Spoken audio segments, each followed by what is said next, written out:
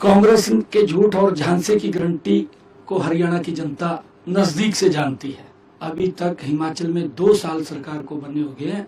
2 साल के अंदर ना तो 1 लाख जो युवाओं का वादा किया था कि रोजगार देंगे वो दिया है, जो महिलाओं के साथ वादा किया था कि हम 2000 रुपए देंगे, एक भी महिला को 5 पैसा नहीं दिया। जो इन्होंने वहां पर यूनिट फ्री करने की बात कही थी, ना वहां पर यूनिट फ्री करी है। ये इस प्रकार का इनका झूठ का पुलिंदा ये जो लेकर के आए हैं, इसके ऊपर हरियाणा प्रदेश विश्वास नहीं करता। ये झूठ की गारंटी है, झूठ का पत्र है, ये झूठ का पुलिंदा है। गारंटी यानी झूठ और झांसे का ये पुलिंदा है। कांग्रेस के झूठ और झांसे की गारंटी को हरियाणा की जनता नजदीक से जानती है, क्योंकि हरियाणा के लोग हिमाचल प्रदेश के नजदीक रहते हैं। उन्होंने वहां पर भी ये स्क्रिप्ट लिख करके लोगों के बीच में ले गए थे।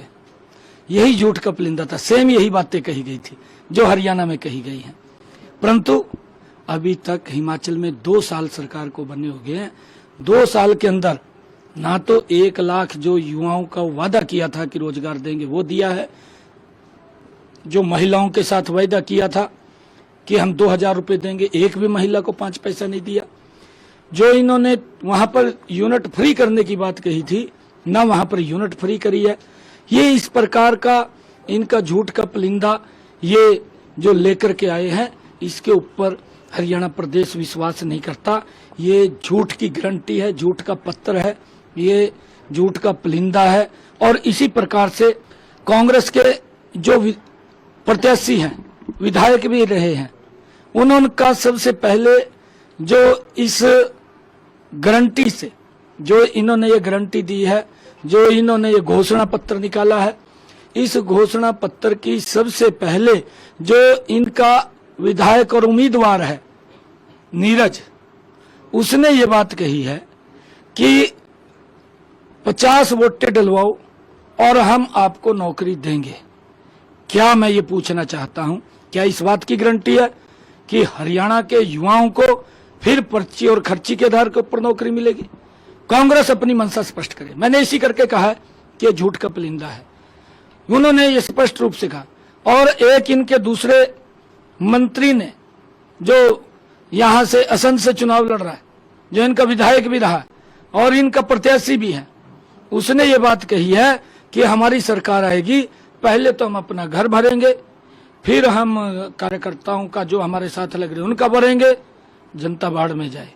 ये मंशा इनकी किस प्रकार की है, किस प्रकार से ये इस मैनिफेस्टो को लेकर के बातें कर रहे हैं। कांग्रेस की तीसरी जो बड़ी सबसे बड़ी गारंटी को पूरे हरियाणा ने देखा है, किसानों की जमीन को छीन करके दामाद को खुश करने का काम वो यहाँ की कांग्रेस की सरकार ने अपने समय के अंदर किया है। क्या वो दौर फिर दोबारा वापस लाना चाहते हैं? कांग्रेस की गारंटी में नौकरी की बात करते हैं, लेकिन नौकरी तो छोड़िए, पूरे देश देख रहा है कि हिमाचल में इनके पास जो वहां पर कर्मचारी लगे हुए हैं उनको सैलरी देने के लिए बजट नहीं है, ये पूरा का पूरा वेतन नहीं है, देख रहा है।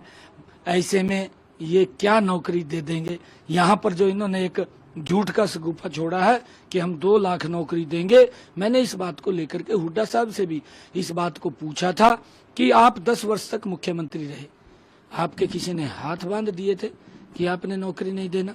आपको मालूम था कि यहाँ पर इतनी पोस्टें खाली हैं, आपने भरनी चाहिए थी, परंतु नहीं, मंशा नहीं थी। मंशा क्या थी? पर्ची और खर्ची के आधार के ऊपर युवाओं को नौकरी देना। गरीब व्यक्ति तो नौकरी के नजदीक भी नहीं जाता था, परंतु हमारी सरकार में बिना पर्ची बिना खर्ची के गरीब परिवार में भी आज नौकरी लग रही है। इन्होंने ओपीएस की बात करी है। ओपीएस, जबकि हकीकत यह है कि कांग्रेस ने सरकारी कर्मचारियों के वेतन के लिए भी उनको रुला दिया है, वेतन नहीं मिल रहा है। ये स्थिति कांग्रेस के समय में ओपीएस देने की बात कर रहे हैं, जब इनके पास देने के लिए सैलरी नहीं है। ये ओपीएस की बात कैसे कर रहे हैं?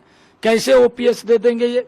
और ऐसे में कांग्रेस के झूठ के पुलिंदे पर कोई भी भरोसा नहीं करता, क्योंकि आने वाले समय के अंदर कांग्रेस की साख भी खराब हो गई है, कांग्रेस की नीति भी खराब है, कांग्रेस की नीयत भी खराब है, कांग्रेस का नेतृत्व भी ठीक नहीं है। जिस प्रकार के प्रलोभन दे करके ये लोगों को बरगलाने का काम कर रहे हैं, इनकी गारंटी के ऊपर हरियाणा का कोई व्यक्ति विश्वास नहीं कर रहा। ये झूठ का पुलिंदा है। हरियाणा का जो मैनिफेस्टो कांग्रेस ने दिल्ली से निकाला है, मैं ये पूछना चाहता हूं, क्या दिल्ली के लोग हरियाणा को चलाना चाहेंगे? वो अपनी मंशा को स्पष्ट करें कि दिल्ली के अंदर बैठ करके उन्होंने मैनिफेस्टो जारी किया। अरे हरियाणा के अंदर चुनाव हो रहे हैं, हरियाणा के लिए मैनिफेस्टो आना चाहिए था। दिल्ली में बैठ करके इन्होंने मैनिफेस्टो जारी किया है। ये हुड्डा साहब भी, कांग्रेस के खड़गे साहब भी इस बात को स्पष्ट करें, राहुल गांधी साहब भी, क्या आप हरियाणा को दिल्ली से बैठ करके आप वही कठपुतली के माध्यम से चलाना चाहते हैं? जिस प्रकार का शासन तंत्र रहा, हमारे भोले भाले किसानों की जमीन को लूट करके दामाद को खुश करने का काम किया, इस बात के बारे में इसको स्पष्ट करने का काम करें। मैं इस जो इनका घोषणा पत्र आया है, इसके ऊपर मेरी इतना ही कहना था। जातिगत सर्वे हम कराएंगे। नहीं, देखिए, कांग्रेस जातिवाद को तोड़ने में वो उनकी बड़ी भूमिका है। देश के अंदर लोगों को, देश को स्थिर करना, ऐसी ताकतों के साथ जाकर के बैठ जाना जो इस देश के टुकड़े करना चाहते हैं, इस देश को तोड़ना चाहते हैं, उन लोगों के साथ कांग्रेस जाकर के बैठती है।